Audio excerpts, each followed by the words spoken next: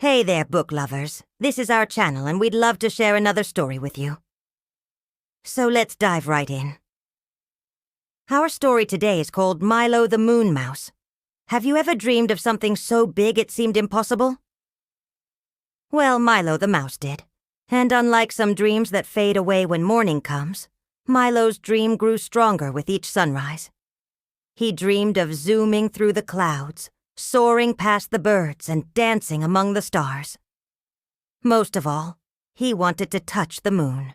Every night before bed, Milo would sit on his favorite mushroom in the meadow and stare up at the night sky.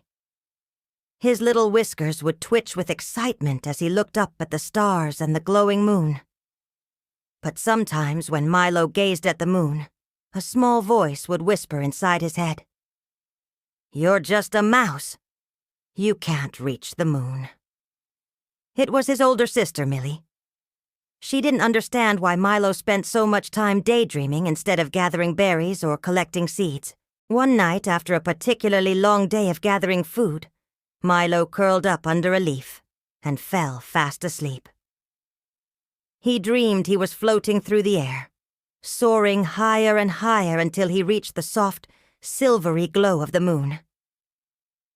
"It feels like heaven," he squeaked with delight. But then suddenly he woke up, and sitting next to him, looking at the same moon, was his sister Millie.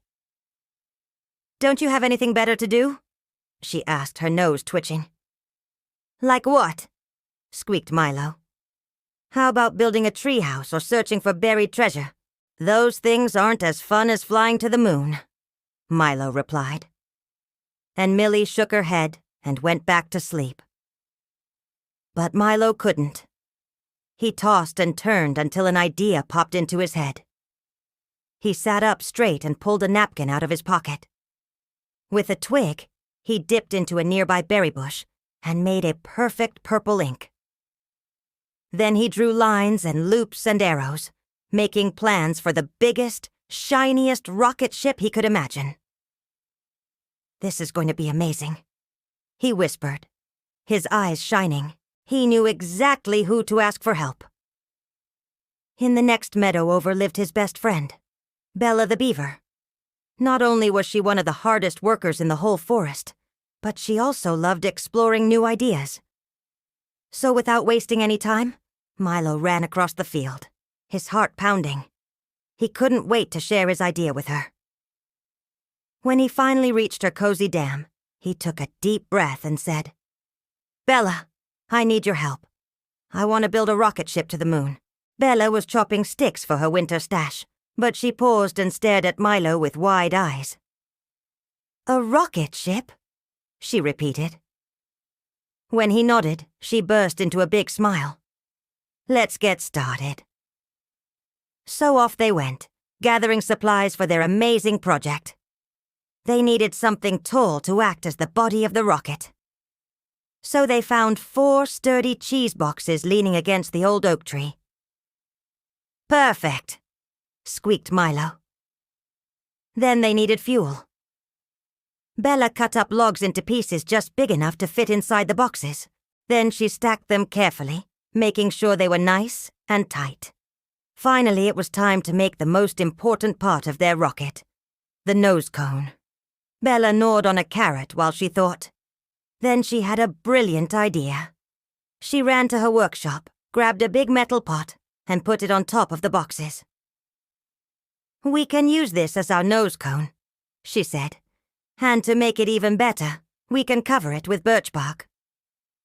And so they did, making it shiny and smooth like a polished apple. Then it was time to decorate their rocket ship.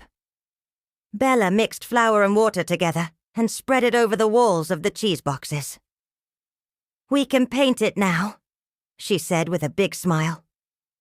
So Milo gathered blueberries and squeezed their juice onto the sides of the rocket, making it sparkle like a freshly polished shoe.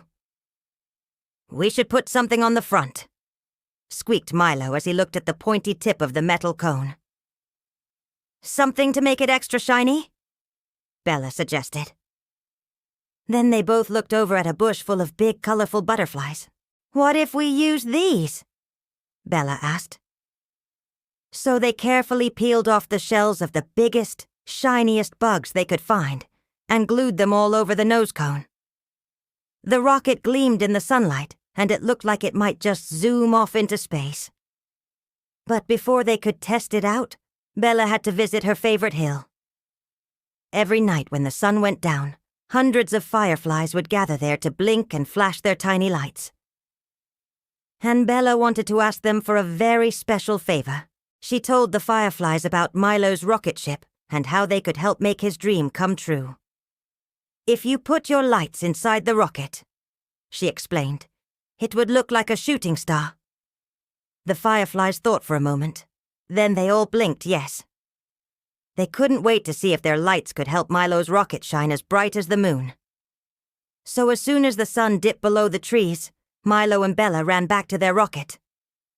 Working quickly, they used twigs and vines to make a door in the side of the box. Then they used their flour and water mixture to help the fireflies crawl inside.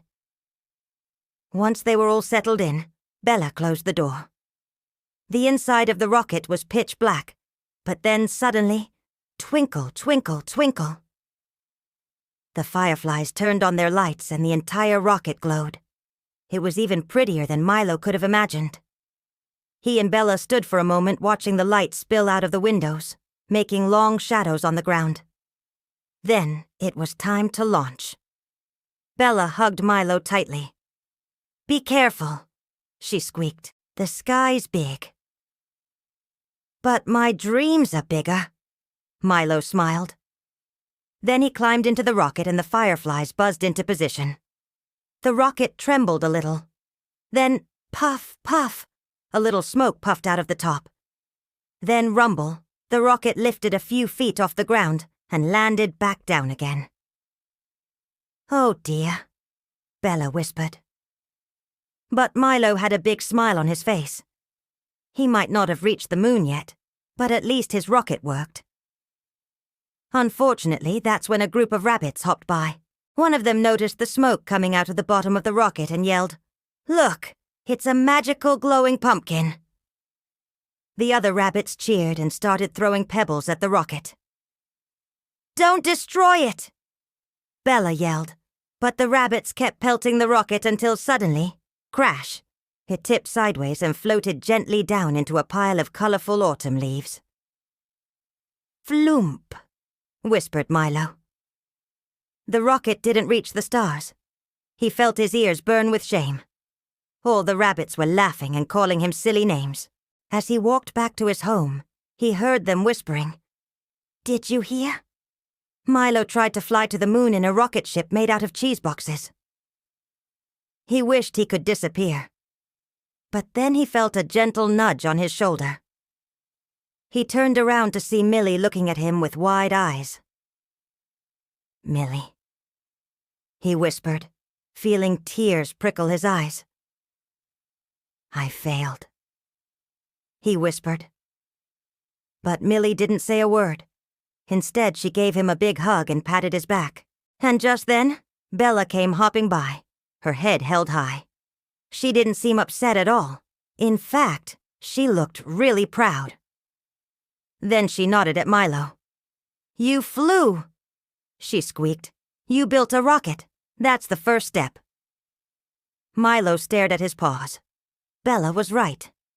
The important thing wasn't reaching the moon, but taking steps to make his dream come true. From that day on, Milo's rocket ship became a symbol of hope for every animal in the meadow.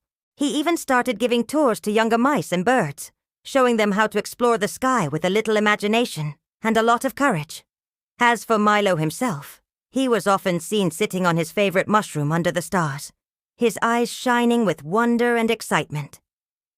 Every night he would watch the fireflies dancing in the darkness and remember the time he almost reached the moon. He didn't quite make it then, but he would again. He just knew it. And that's where all great journeys begin, my friends, with a single step towards the stars. The end. So what did you think of the story? Which was your favorite part? Share with us in the comments below. And don't forget to subscribe so you can join us for more read-alouds. We'll see you next time.